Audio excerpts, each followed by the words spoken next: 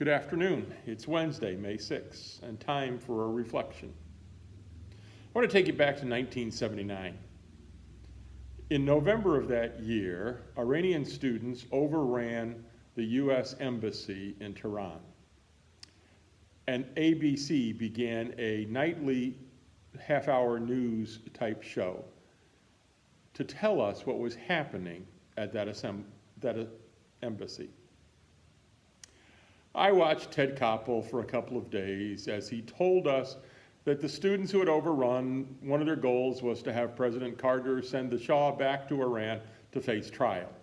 President Carter didn't cooperate, and after all, the U.S. had assisted the Shah in overthrowing the previous prime minister to gain control and power because the Shah was more favorable to U.S. help or control. After a couple of weeks of listening to Ted Koppel tell us what was happening there, I lost interest. It simply became for me just another occasion to be reminded of how many days the hostages were being held. That show ran for 444 days until the hostages were released. And by then the show had been renamed Nightline. As an aside, I had an opportunity to meet one of those hostages, Catherine Koob, a number of years later when I was living in Nebraska. Ms. Koob was one of two female hostages kept the entire time.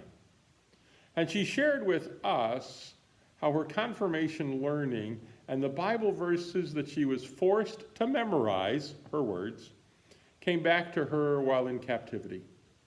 She told us how those verses became even more meaningful for her and became her Bible in the community of hostages.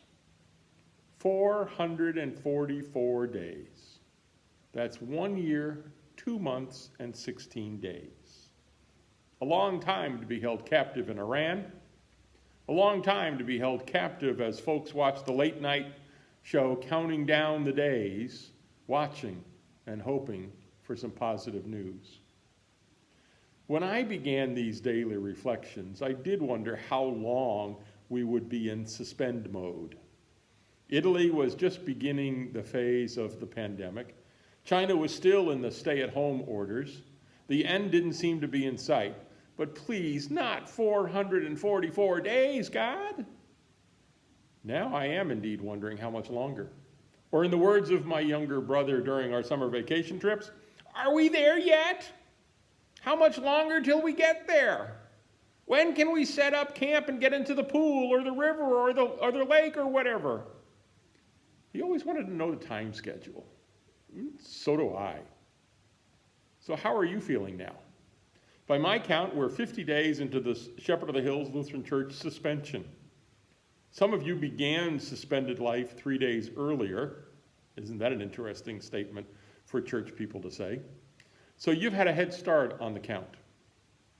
And some indications are we're still at the top of the crest of the pandemic. Others hope we're on the downside of the wave.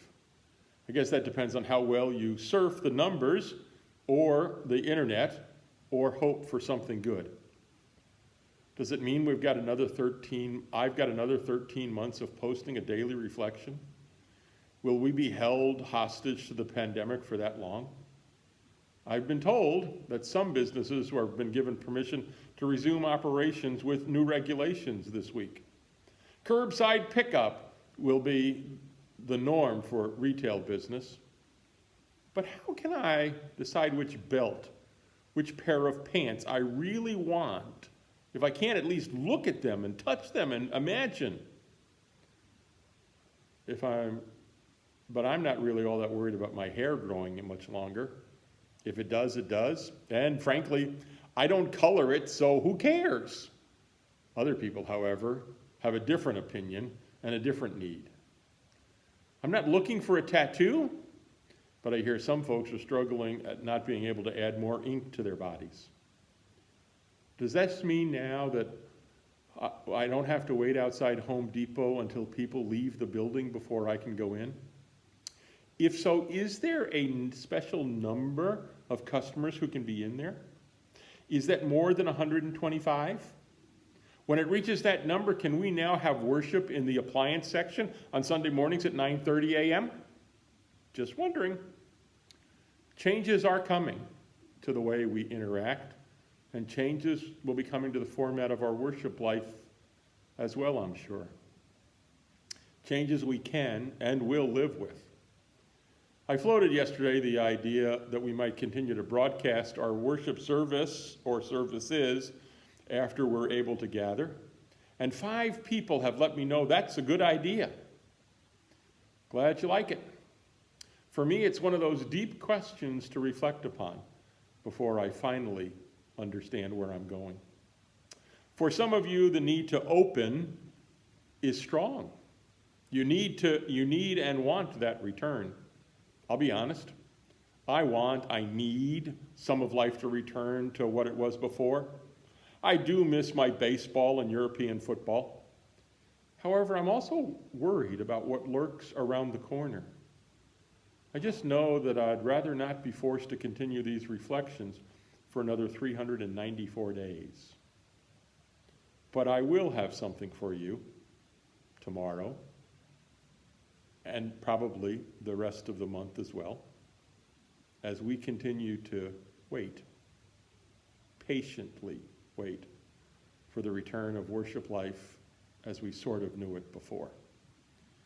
But still, until then, I look forward to seeing you on Sunday in the Facebook and reading your comments on either Facebook or YouTube. And of course, please keep washing your hands. Wear a mask when you go out in public. It apparently helps. I've noticed an awful lot of stores now are asking me to mask up before I go inside, and so I do. Love one another. Respect one another. Keep watch over one another. Practice that social distancing. And of course, be careful. Until we see each other in worship, God bless you.